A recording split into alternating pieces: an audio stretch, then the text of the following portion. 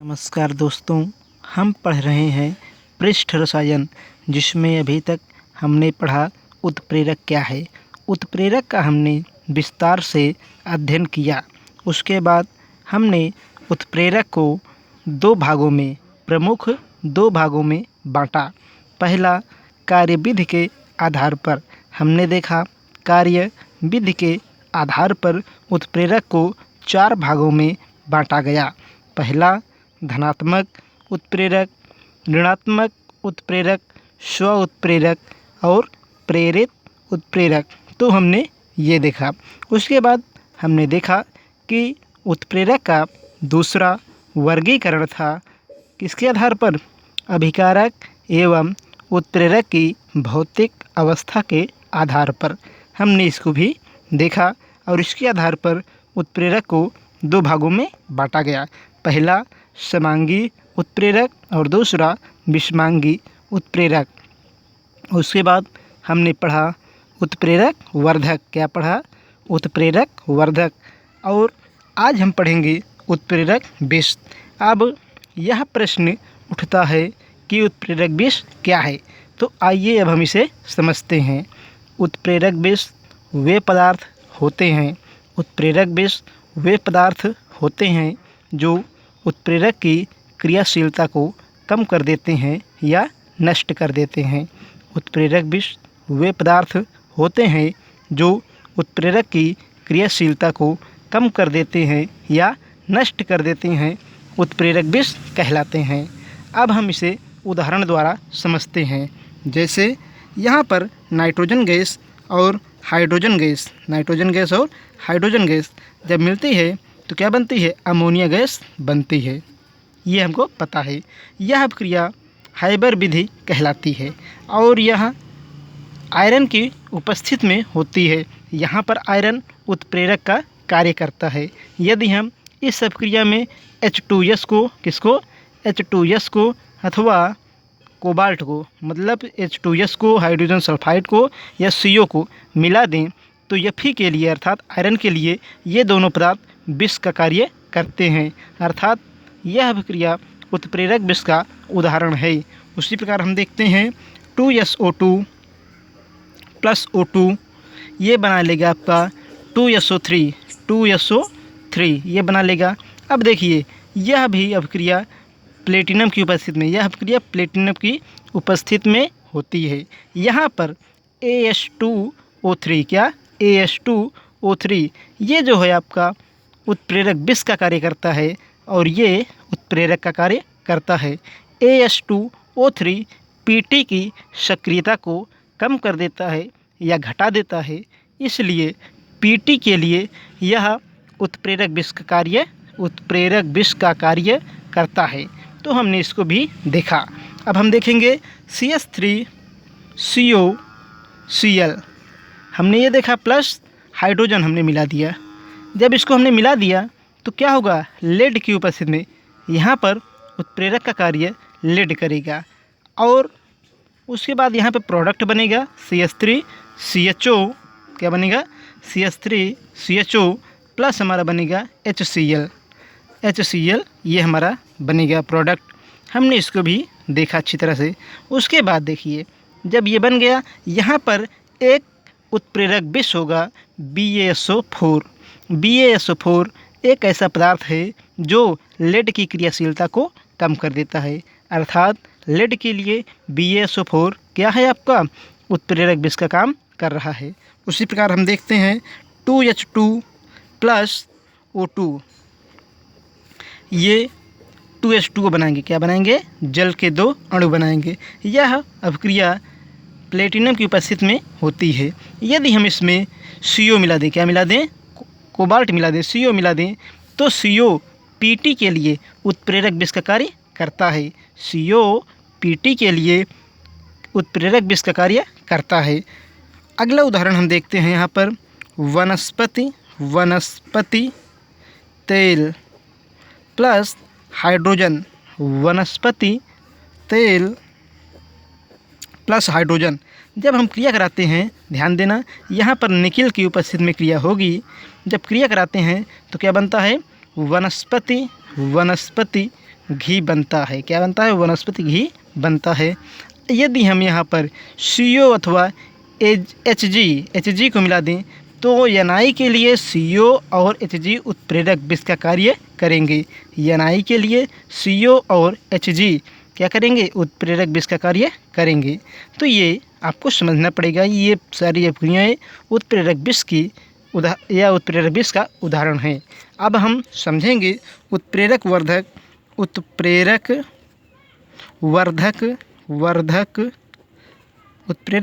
की क्रियाविधि कि उत्प्रेरक वर्धक काम कैसे करता है। देखिए उत्प्रेरक वर्धक की क्रियाविधि, इसको समझने के लिए पहले हम देखेंगे C बराबर होगा कैटेलिसिस, ये हमें समझना होगा। उसके बाद होगा आपका P बराबर मोटर, ये हमको समझना पड़ेगा। उसके बाद हमारा है R बराबर रिएक्टेंट, ये हमारा रिएक्टेंट होगा। तो इसे हमें इन अक्षरों को समझना है, इन वर्णों को याद रखना है। अब देखिए हम करेंगे क्या, यहाँ पर होगा R, यहाँ पर R, यहाँ पे होगा C अर्थात कैटेलिसिस, ये कैटेलिसिस यहाँ पर होंगे, इनको हम ऐसे कर लेंगे। तो बताइए ये सामान्य अवस्था में है, क्या है? यह अभिकारक है, ये अभिकारक हैं, ये दोनों अभिकारक हैं, यह उत्प्रेरक है। ठीक, ये क्या है? अभिकारक हैं, ये उत्प्रेरक है।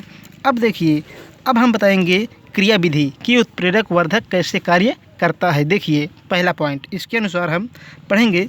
पहला पॉइंट में क्या है आपका कि वर्धक उत्प्रेरक के कणों के बीच में आ जाता है। वर्धक जो होता है, जो क्या होता है आपका प्रमोटर होता है या वर्धक होता है, वह उत्प्रेरक के कणों के बीच में आ जाता है। इसे हम ए द्वारा दर्शाते हैं। तो आप देखेंगे वर्धक उत्प्रेरक के कणों के बीच में आ जाता है, जिससे उत्प्रेरक की सतह का क्षेत्रफल बढ़ जाता है। जैसे अब हम यहाँ पे देखेंगे R मतलब यहाँ पे रिएक्टेंट होगा, ये तो पता है हमें, ये R हो जाएगा आपका। उसके बाद क्या होगा, यहाँ पे कैटेलिसिस, यहाँ पर कैटेलिसिस, यहाँ पे A, यहाँ पे कैटेलिसिस और यहाँ पर कैटेलिसिस। अब इसका मतलब ध्यान से देखिए आप, इसका मतलब क्या है कि यहाँ पे इसका मतलब ये है कि जो ये आपका प्रमोटर है, ये क्या है? आपका प्रमोटर है, मतलब A है। ए को हमने क्या माना था? यहाँ पर ए है, ये प्रमोटर मतलब वर्धक है। इसे हिंदी में वर्धक कहते हैं। क्या कहते हैं? वर्धक कहते हैं।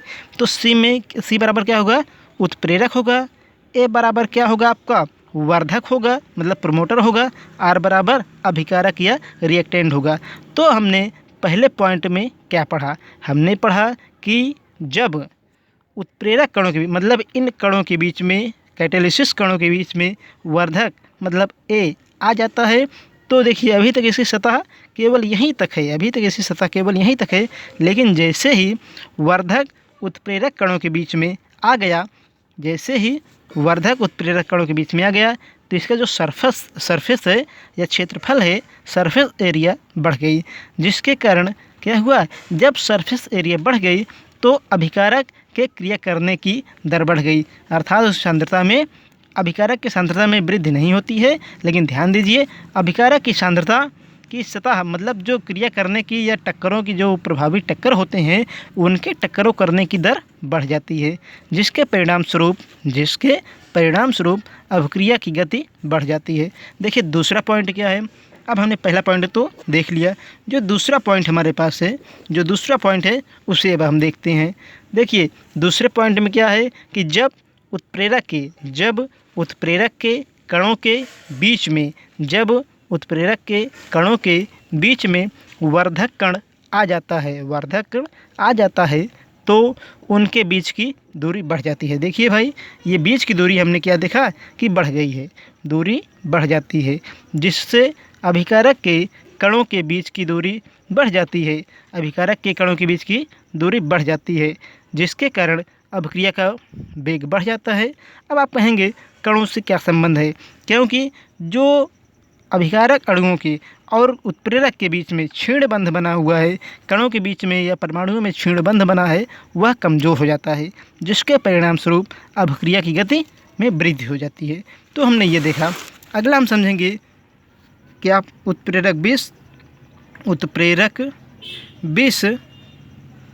की क्रिया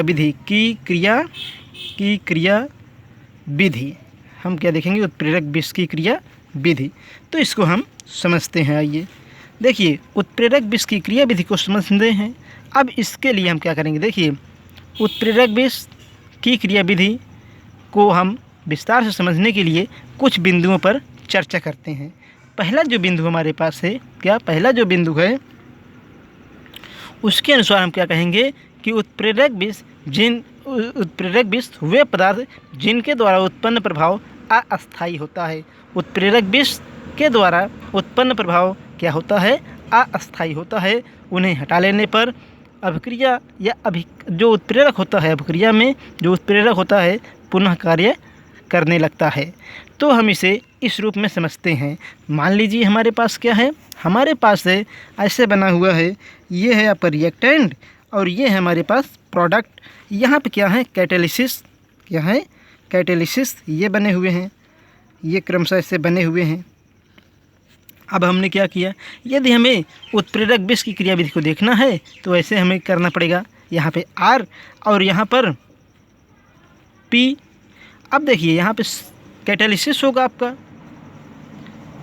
इस रूप में होगा। देखिए यहाँ पे आपका क्या है, ये आपका है पॉइजन मतलब विष या जहर।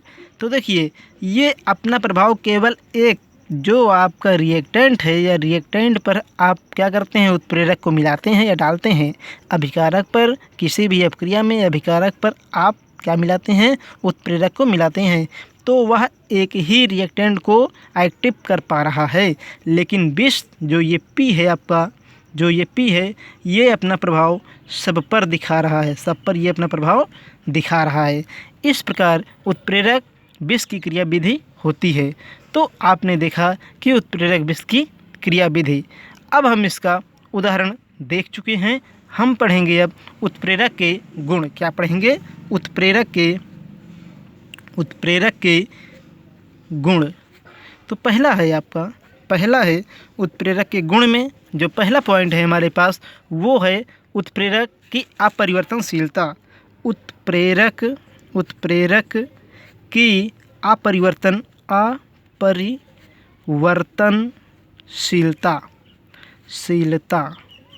उत्प्रेरक की अपरिवर्तनशीलता। देखिए रासायनिक अभिक्रिया में प्रयोग किए जाने वाले उत्प्रेरक के रासायनिक संगठन में कोई परिवर्तन नहीं होता है, किंतु अभिक्रिया के वेग को बदल देते हैं। ध्यान दें, उत्प्रेरक की भौतिक अवस्था में परिवर्तन आ सकता है। दूसरा पॉइंट हमारे पास है उत्प्रेरक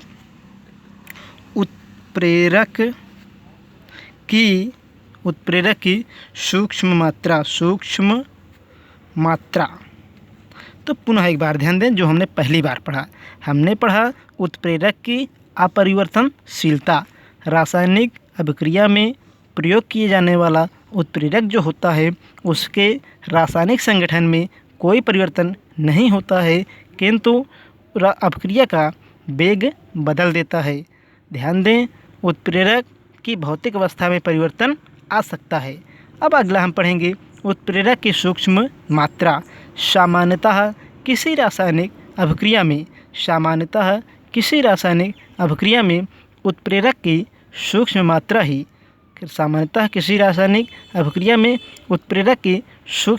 ही अभिक्रिया के वेग को बदल देता है, किंतु कुछ अभिक्रियाएं ऐसी होती हैं जिनमें अभिक्रिया की उत्प्रेरक की मात्रा अलग हो जाती है। तो आपने ये देखा। तीसरा है आपका अभिक्रिया से संबंध है। क्या है तीसरा पॉइंट हमारा, अभिक्रिया से संबंध। किससे, अभिक्रिया से संबंध। तो देखिए अभिक्रिया से संबंध उत्प्रेरक का क्या होता है। किसी भी रासायनिक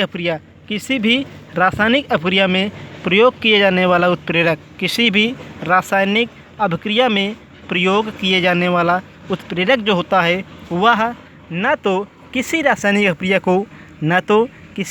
अभिक्रिया को आरंभ कर सकता है और न ही नष्ट कर सकता है या समाप्त कर सकता है। यह केवल अभिक्रिया के वेग को परिवर्तित कर सकता है। पुनः ध्यान दें, किसी भी रासायनिक अभिक्रिया में प्रयोग किए जाने वाला उत्प्रेरक न तो अभिक्रिया के वेग को तो बदल सकता है, लेकिन न तो अभिक्रिया का शुभारंभ कर सकता है न ही अंत कर सकता है। तो हमने ये देखा। उसके बाद अगला हम देखेंगे कि उत्पाद पर प्रभाव। किस पर? प्रोडक्ट। अर्थात हमारा चौथा पॉइंट है उत्पाद पर प्रभाव। उत्प्रेरक सामान्यतः उत्पादों की प्रकृति को प्रभावित नहीं करता, लेकिन इसके बहुत से अपवाद हैं। उत्प्रेरक सामान्यतः उत्पादों की प्रकृति को प्रभावित नहीं करता, किंतु इसके बहुत से अपवाद हैं।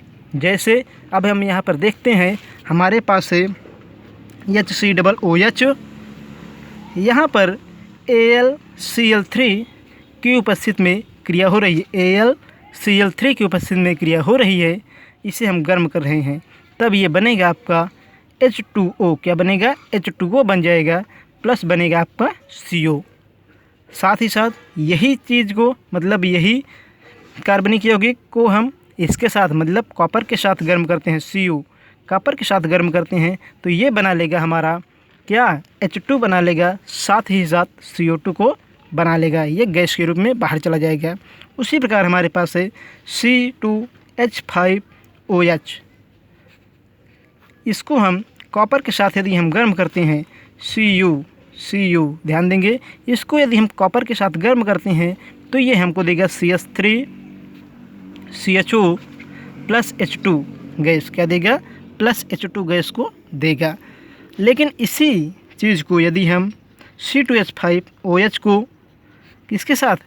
Al2O3 के साथ गर्म करते हैं, तब प्रोडक्ट हमें मिलेगा CH2 प्लस HOH, ये हमको मिल जाएगा। देखिए CH2 प्लस HOH, ये हमको मिल जाएगा। तो हमने इसको देखा। अगला हमारे पास है क्या? अगला जो गुणधर्म है वह है उत्प्रेरक की सक्रियता। उत्प्रेरक की सक्रियता, इसका मतलब क्या है? देखिए, किसी उत्प्रेरक की सक्रियता उसके पृष्ठ क्षेत्रफल निर्भर करती है।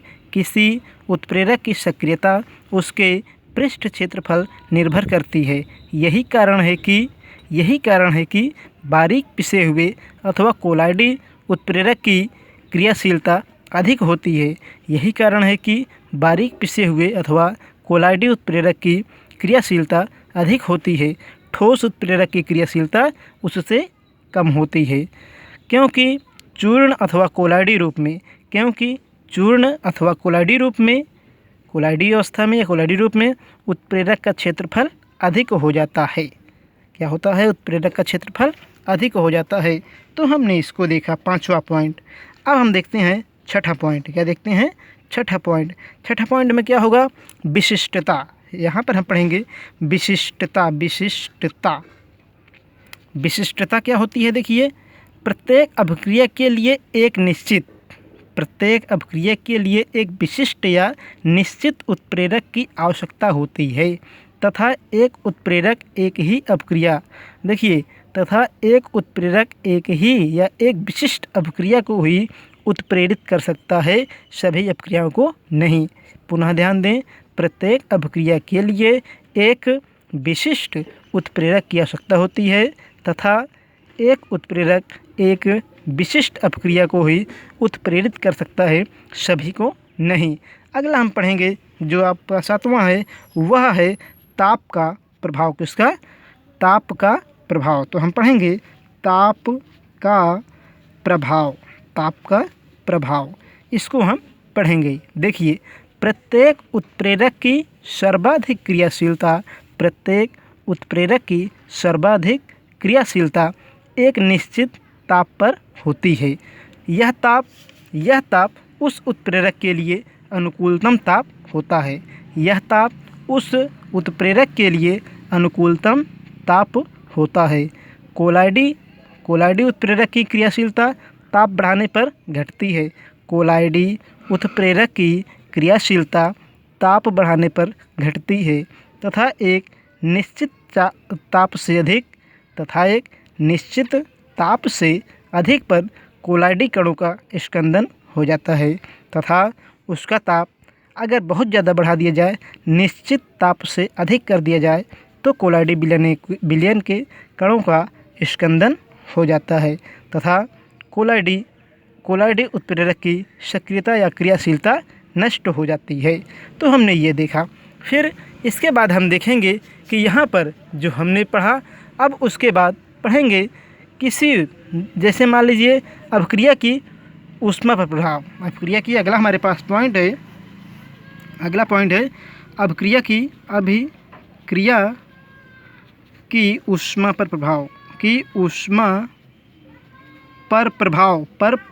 प्रभाव, ये हमको देखना है। तो हम कहेंगे कि ऊष्माक्षेपी अपक्रिया में निकलने वाली ऊष्मा के मान को उत्प्रेरक नहीं परिवर्तित कर सकता। किसी भी ऊष्माक्षेपी अपक्रिया में निकलने वाली ऊष्मा के मान को उत्प्रेरक परिवर्तित नहीं कर सकता है। अतः हमने आज उत्प्रेरक के गुणधर्म को देखा। साथ ही साथ आज हमने पढ़ा उत्प्रेरक विष क्या है, उस उत्प्रेरक विष की क्रियाविधि को भी हमने समझा। तो अगले भाग में हम पढ़ेंगे कि उत्प्रेरण के सिद्धांत क्या हैं। उत्प्रेरण के 3 सिद्धांत दिए गए हैं। पहला माध्यमिक यौगिक सिद्धांत, दूसरा है आपका अधिशोषण सिद्धांत और तीसरा आधुनिक अधिशोषण सिद्धांत। इसको हम पढ़ेंगे और उसके बाद हम पढ़ेंगे एंजाइम उत्प्रेरक। क्या पढ़ेंगे? एंजाइम उत्प्रेरक, साथ ही साथ अम्ल क्षार उत्प्रेरक आदि का हम अध्ययन करेंगे। और इसके अतिरिक्त हम एंजाइम उत्प्रेरक की क्रियाविधि का भी अध्ययन करेंगे। तो पढ़ते रहिए, वीडियो को देखते रहिए। यदि आपको समस्या हो तो कमेंट बॉक्स में लिखिए। देखिए, वीडियो को आप देखकर नज़रअंदाज न करें, इसे ध्यान से पढ़िए और जीवन को सफल बनाएं, क्योंकि जो भी चीज़ दी जा रही है आपको रियलिटी दी जा रही है NCERT से।